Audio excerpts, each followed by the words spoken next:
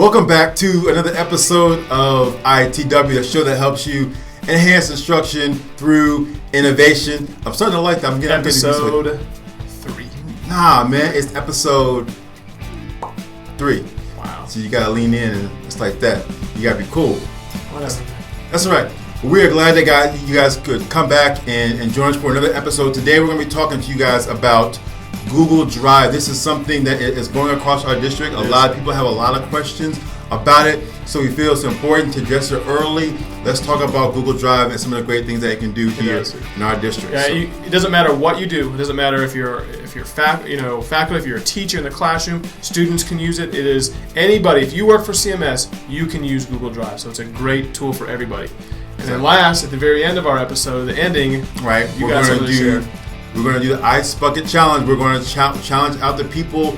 We're going to issue out that challenge. Excuse me, I forgot to do it last week. It's my fault. I kind of got a little atomic learning excited, especially with the CEUs and everything like that. You did get excited with those CEUs. I did. You over that now? I am. I think I'm okay. CEU. Okay. Anyway, but yes, we're going to be issuing out the Ice Bucket Challenge to other CMS members. So stick around and check out and see who gets a challenge. It might be you. You never know.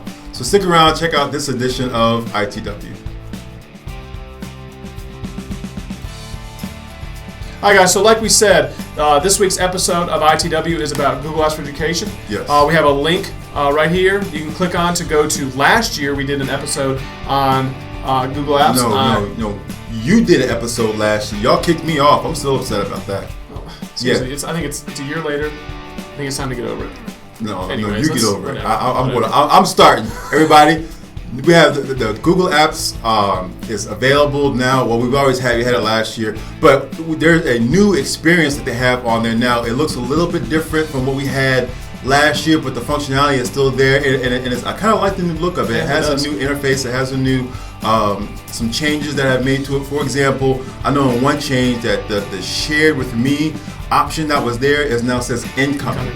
And that looks a little bit different there. It also gives you pathways. So if you click on a folder that has multiple folders within it, you can see the pathway for those folders. So I think that's a unique and worthwhile feature to notice that you're working within the Google Apps for Education we have now. And if you want to view that new experience, is I think what they call it. You click on that gear in the upper right-hand corner of Google Drive. You click on that gear and scroll down to experience the new Drive. Exactly. I think is what they call it. So and you can go back and forth. So if you don't like it, you can go back to the old Google Drive and no worries there. It's just really the interface, how it looks, how it's organized. You can pretty much do just about everything you could do in the old. Right. So you still have the same stuff. You still have the 30 gigs of storage that you had last year. You still have the ability to use that on any device. Doesn't matter what you have, whether it's be a laptop or mobile. So you still have a lot of those same things. It's just that there's a new interface when you log on to it from a desktop. Yeah, and what that means, guys, is no more email. You know how you have to email? If I want to send you a file, before you had to email to somebody, and we all know that our email is not the largest sizes. So no big deal. So this is a solution. This is a solution to that. If you want to take something home, you have to put it on a flash drive. You lose those flash drives. They become corrupt. All of those problems. Just put it in Google Drive and share it, and no more issues. And what I like about it is that we all have access to it. Yes, we do. Even our students. Our students can access Google from home or from school. All they have to do is log in with their Gaggle accounts. We'll put some formatting on what that is, what their Gaggle account is, but they can get into Google with their Gaggles. Try saying that 100 times. But they have access to that. I know. So if you guys want to log in, and most of you probably already use it, but if you want to log into Google, your username is your CMS email address. Right. And the default password, unless you change it, the default password is capital C, lowercase m, $, and the last 5 digits of your social. Right. So that is how you can log in to Google Drive, your Google account, with your CMS email address. Right, and you'll see all the apps that are there. You'll see that you can get into your Google Calendar, sites, of course Drive. We do a lot of talking and training on Drive. Google Groups is there as well. So you'll see all those apps when you log into your Google account with your CMS email address. There's also a lot of great things that you can do with this in the classroom with your students. For example, I was just at an elementary school and they were talking about using Google for writing, helping students writing more. So we talked more about creating writing prompts for students in Google, letting them work on their writing, responding to that prompt, and then sharing with other people, other students in their class, and then letting other students respond to the initial response. So you kind of have like a peer review, and now you can work on writing and reading all together. That was something that elementary was doing with Google Drive. I thought that was really neat. Yeah, high school you can do the exact same thing at a high school level. The collaboration piece, going in there and typing something up, or just putting something in Google Drive in a Google Doc, and having all the students kind of collaborate on it. So putting them in groups and having them collaborate on one document, as well as sharing a document out. One of my teachers at my school uses it. She actually shares a document with the students, and they can go in and put their response to the first thing that's what they do when they come into class. Right.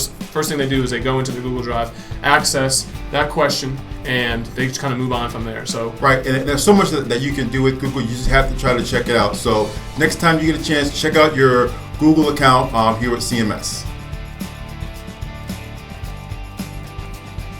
All right, guys, that's it for episode Number 3 on Google Apps for Education. Hopefully you learned a lot. If you want some extra training or some extra help for Google Apps, a couple different things you can do. Number 1, you can go to My Talent. Right. I believe the next training for Google is October 14th. So check. All you gotta do is search My Talent, or go into My Talent and search for Google training, and you can check out what dates. But I believe the next one is October 14th. Atomic Learning, always a great resource. That's always a good place to stop. You can also always contact one of your specialists, one of your instructional technology specialists. We'd be happy to come out and provide you some training on how to use Google. Good. And what's next? I know I'm excited. I want to know who you are nominating. That's right. I forgot about last week. I do want to apologize for that, but I'm not going to let this week go by. This week, my Ice Bucket Challenge is going out to our friends at the Help Desk. Help Desk, you have been challenged. We know you guys watch ITW. We thank you guys for that. And we're also challenging to ITW because of that too. So that is everybody at the Help Desk. I don't want to leave anybody out. That's Carol, Sheila, Geeta, Daniel, Bill, Melanie, my girl Tina. We're not going to forget about you. And Marsha, you're not getting mine this one, Marsha. Nope. You are included in the challenge as well. Everybody that helped us. We did have one special one. We did get an email for a principal to get the Ice Bucket Challenge. I wonder which one. You might know her. I think I do know her pretty well. Really?